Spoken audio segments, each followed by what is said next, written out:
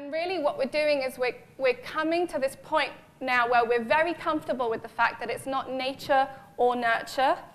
It's not even both, really. It's like they're the same thing, right? You can't even separate them out from each other.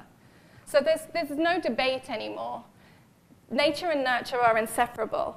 And we know that genes are not a blueprint that we can't argue with, but that there's a lot of things impacting our children every day. And I think occupational therapists, I genuinely believe, are perfectly suited to do these depth dives into our children's individual differences and really look at what's going on. Is it the raw material? Is it the environment? Because that's getting a little bit worrying. Or, is it the blocks themselves that are the problem? And we do this depth dive, and that's what we do with sensory integration. We do a depth dive, and we really look in detail, and we pass things out, and we don't simplify.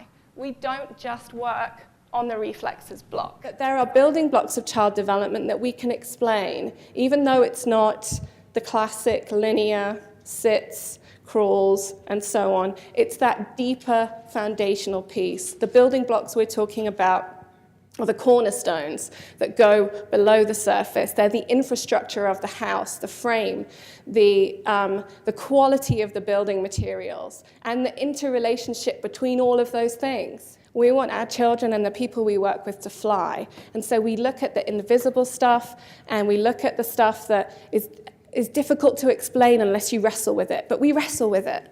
And then we advocate for our children, and we apply our knowledge.